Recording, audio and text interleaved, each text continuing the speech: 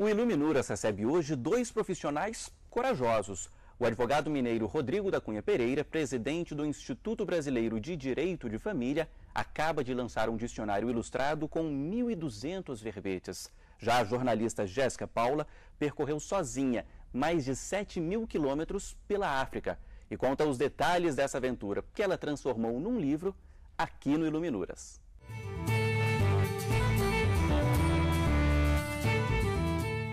A Jéssica encarou uma viagem por 4 países africanos: Etiópia, Sudão, Sudão do Sul e Uganda. A ideia era fundamentar o trabalho final da Faculdade de Jornalismo, mas a experiência rendeu bem mais que isso. Jéssica, o que mais te marcou nessa aventura? Que histórias, que pessoas você não vai esquecer nunca? Bom, de um modo geral, o sorriso das pessoas que eu encontrava, às vezes, em situações tão difíceis, é o que mais me marcava. Se eu for parar para pensar em uma imagem, eu vou ter a imagem das pessoas sorrindo em lugares de difícil acesso, em lugares de muita pobreza. É uma das coisas que mais me marcaram. E outras histórias que me marcaram, tem um refugiado em específico, que ele chegou a perguntar para mim se eu tinha pai, se eu tinha mãe.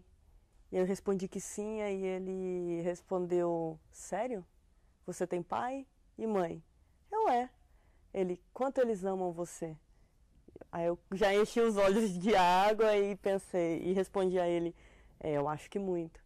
E aí ele olhou para alguns amigos dele que também eram refugiados, todos eles balançaram a cabeça e disseram: você é muito sortuda, porque ninguém ali tinha família. É uma das histórias que mais me marcou, porque eu voltei com outra visão de vida, dando valores a coisas muito pequenas, que pra gente, às vezes, parecem ser muito pequenas, né? Refugiados são pessoas, né, que são obrigadas a deixar o seu país por uma guerra, por uma perseguição política, religiosa. Você encontrou muitas dessas pessoas em países com muitos conflitos, não foi isso? Foi lá que eu comecei a entender como eles se tornam refugiados. Você está tranquilamente em sua casa, no seu vilarejo, e aí chegam milícias ou grupos do próprio governo, né, rebeldes, e eles invadem os vilarejos, geralmente estupram as mulheres, sequestram crianças, né, matam os homens, e no sentido mesmo de dizimar uma tribo rival, né, as pessoas daquele vilarejo. Então sai todo mundo correndo, desesperado, e cada um por si. E o que te motivou a fazer essa viagem, Jéssica? Foi principalmente o fato de não haver nenhuma literatura sobre a região que eu fui. É um material, até onde eu sei, é um material inédito. Tem um estado mesmo, que é o estado do Nilo Azul, é um estado do Sudão, que é muito conflituoso. As fotos, por exemplo, que eu tenho no livro, são uma das poucas fotos que existem no mundo, de lá nos dias de hoje. É proibida a entrada de estrangeiros, inclusive Cruz Vermelha, Médicos Sem Fronteiras, foram proibidos de trabalhar lá. O pessoal lá está, inclusive, sem ajuda humanitária. Então, o que me motivou é porque eram histórias desconhecidas. Inclusive, quando eu comecei a procurar na internet, né, informações sobre o Sudão, principalmente, que é um dos países mais desconhecidos, né, por ser uma ditadura. Quando eu joguei na internet, apareceu assim, uma mensagem vermelha escrito warning, né, cuidado, alerta.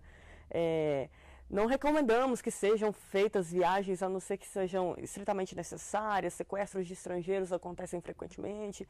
E aí eu falei: cara, eu vou para esse lugar. O que sua família falou? Bom, minha família, eu acho que minha mãe já desistiu de mim, coitada. Ela tentava impedir, tentava conversar, mas eu também eu sempre falava para ela com um tom de que ia dar tudo certo, que não era tão perigoso quanto realmente era. Então eu tentava tranquilizar ela à medida do possível. Mas assim, ela nunca tentou me impedir. Não que ela me incentivasse: filha, vá mesmo pro Sudão. Eu acho que nenhuma mãe em sã consciência faria isso, né? Não sei se eu faria isso com meu filho. Mas eles nunca impediram que eu seguisse, né, os meus objetivos. Outro ponto muito importante: você foi sozinha. Fui sozinha. Fui sozinha durante 2 meses. Foi assim, na verdade, é difícil encontrar um companheiro para esse tipo de viagem, né? Mas, acima de tudo, era um projeto muito pessoal. Eu acho que era muito importante, era um desafio meu mesmo, sabe? Eu teria mesmo que ter passado por isso. Bom, o resultado disso tudo está aqui. Estamos aqui. seu primeiro livro acaba de ser lançado. Você me dizia aqui antes da entrevista que está namorando o livro ainda, não é isso? Tô, às vezes eu olho ele, eu fico, nossa, parece que eu tenho alguma coisa para fazer. Eu olho, é porque eu tô querendo ler o livro. Só que, porque ele tá tão bonito que deu vontade de ler. Só que eu falei que eu não vou ler mais, porque se eu encontrar alguma coisa que eu quero mudar depois, não vai dar certo. E o que você leva para sua vida depois disso tudo? O que ficou marcado para você? Bom, primeiro mudou a minha vida no sentido da deficiência física. Eu comecei a olhar a minha deficiência física de uma forma muito diferente. Eu comecei a perceber que eu posso usar a deficiência física para contar a história desse povo, porque foi um facilitador, apesar de muitas pessoas acharem que foi mais difícil, mas isso dava abertura para as pessoas conversarem comigo. Eu acho que a princípio parecia mais inofensiva, né? E eles ficavam muito curiosos para saber o que tinha acontecido comigo. E aí, nisso, eu puxava assunto com as pessoas e transformava em amizade, né? E aí eu ia conhecendo mais das pessoas. Por isso que, às vezes, no livro eu consigo dizer mais do que uma simples entrevista poderia dizer, porque se tornou uma relação mais forte, mais profunda mesmo.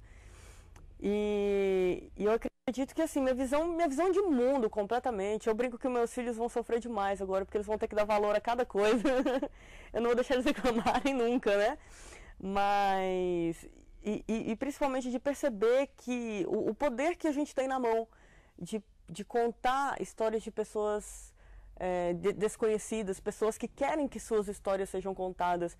E tem uma frase que eu gosto muito, que eu aprendi inclusive com uma mulher que eu encontrei na África. Ela disse para mim, tente mudar o mundo, mas se não puder, conte sobre isso. Bom, vou aproveitar então, Jéssica, pedir para você ler um trechinho aqui de Estamos Aqui, por favor.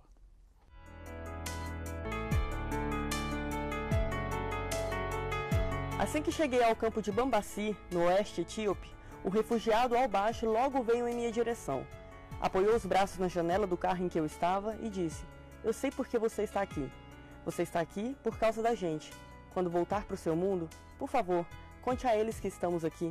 Este livro, então, é para todos eles que estão lá. E, Jéssica, uma curiosidade. Há muitas dificuldades nesses 4 países por onde você passou. Agora, quais são as alegrias, o que diverte, o que é bom também na vida dessas pessoas que você pode perceber? Bom, para começar, eles adoram futebol. Então, falar que é brasileiro lá é uma alegria para eles. Se você quiser agradar alguém, é dar uma camiseta da seleção brasileira para eles. Eles adoram futebol, adoram Ronaldinho, Neymar, conhecem a seleção brasileira inteira. E onde você vira um pedacinho de terra, vai ter alguém jogando bola ali. É muito legal isso. E é muito sutil, assim, eles gostam muito de dançar. Eles encontram na música. Tanto, às vezes, o Sudão, por exemplo, que é um país muçulmano, você pensa já que é uma cultura muito fechada, né? Você não imagina que tem tanta festa. Mas, na verdade, tem. E eles gostam muito de dançar. No ônibus mesmo, não tem um ônibus que não tem um videozinho, um DVDzinho com música. E dentro do campo de refugiados mesmo, eles improvisavam, tinha muita cana-de-açúcar perto dos campos. E eles conseguiam fabricar ali, tirando da cana-de-açúcar, um álcool que eles bebiam e eles chamavam de uísque. Era o uísque dos refugiados. E aí eles reuniam os amigos para beber uísque, me chamaram para beber uísque. Então era aquela coisa assim, muito simples, tudo feito ali manualmente, mas era principalmente a reunião das pessoas, a amizade deles ali, cada um ajudando o outro, que deixa todo mundo feliz ali. E o que foi mais difícil para você? Acho que foi a estrutura. Eu cheguei no Sudão do Sul e descobri que não tinha energia elétrica no país inteiro. E aí você começa a pensar, como é que eu vou carregar a bateria da câmera, do celular? E aí também não tem água encanada, então como é que eu vou escovar os dentes? Aí tem um tambor que você pega a água, você tira a água, aí leva para o quintal, vai para o cantinho escovar os dentes. O vaso sanitário era um buraquinho, não era vaso sanitário, era um buraquinho no chão. Então de muletas a logística é mais complicada, né? Então essa parte da estrutura mesmo, segurar a lanterna, é algo que você, no seu dia a dia, nosso dia a dia, que a gente não para muito para pensar. É só quando faz falta mesmo que você começa, espera, e agora? O que eu faço? Banho não tem chuveira, de caneca. E aí pra quem anda de muleta é mais difícil ainda, né? Outro super problema é que você pegou malária lá, não foi isso? Foi. Como é que você lidou com isso? O que você fez? Bom, eu terminei a minha última entrevista e eu já vinha sentindo febre, dor de cabeça, e eu estava tomando remédio daqui, né? Remédio ocidental, achando que era uma pequena virose, uma dorzinha de garganta. E aí o efeito foi passando rápido demais, até que o efeito do remédio não fazia mais, né? O remédio não surtia mais efeito. E aí eu terminei minha última entrevista, eu passei mal de verdade, fui até para um hotel eu sempre ficava em hotéis, pousadas bem baratos. Esse era até um pouquinho melhor, que eu estava já em Uganda, e Uganda é um país que recebe muitos turistas, então ele tem o país tem um pouco mais de estrutura. E aí eu fui carregada para o hospital, porque eu passei mal de madrugada, foi quando eu realmente vi, não, é malária, não tem jeito. Só que isso era 3 da manhã, eu tinha que esperar até às 7 para conseguir ir para o hospital. Então, assim, foram intermináveis horas que eu fiquei ali com muita dor mesmo. Parecia que tinha alguém me apertando, sabe, para machucar, assim, cada parte do meu corpo. E bebendo água com a boca seca. Eu cheguei no hospital com 39,8 de febre, porque disseram que estava baixando. Porque na malária tem os níveis, né? Mas, assim, no hospital foi muito tranquilo. Eu fiz exame, na hora já ficou pronto, e a médica falou: não, menina, tá chorando por quê? É só malária. Toma esses 3 remedinhos aqui por 5 dias e você vai ficar bem. E ficou? E fiquei. Você ainda está trabalhando o livro, ele acabou de ser lançado, você vai ter muito sucesso, eu imagino, mas já tem uma próxima viagem marcada aí? Pois é, eu estou pensando aqui em algumas coisas, eu quero dedicar bastante a esse livro, pelo menos até o final do ano, com palestras para universidades, palestras para empresas, tanto motivacionais, né, quanto sobre a minha história mesmo. E aí eu tô pensando aqui alguma coisa, eu só tô em dúvida ainda se eu fico no Brasil ou se eu só vou de novo pro exterior, porque tem duas grandes histórias aí que eu tô querendo ir atrás, mas tô achando que a próxima vai ser no Brasil. Pode adiantar alguma coisa pra gente? Ou é segredo ainda? Ainda é segredo, mas alguma coisa nos interior, alguma coisa que é desconhecida. Com certeza você não tinha visto nada sobre isso ainda. Ok. Jéssica, é isso. Muito obrigado pela sua participação aqui. Você é super simpática. Boa sorte para você. Muito obrigada. Eu que agradeço aí a oportunidade de mostrar meu trabalho, né? Eu quero ver agora você ler o livro e me dizer depois o que você achou. Vou ler, certeza. Certeza. Muito obrigado. Bom, esse foi só o primeiro trecho aqui do Iluminuras. Depois do intervalo, o convidado é o advogado e presidente do Instituto Brasileiro de Direito de Família, Rodrigo da Cunha Pereira.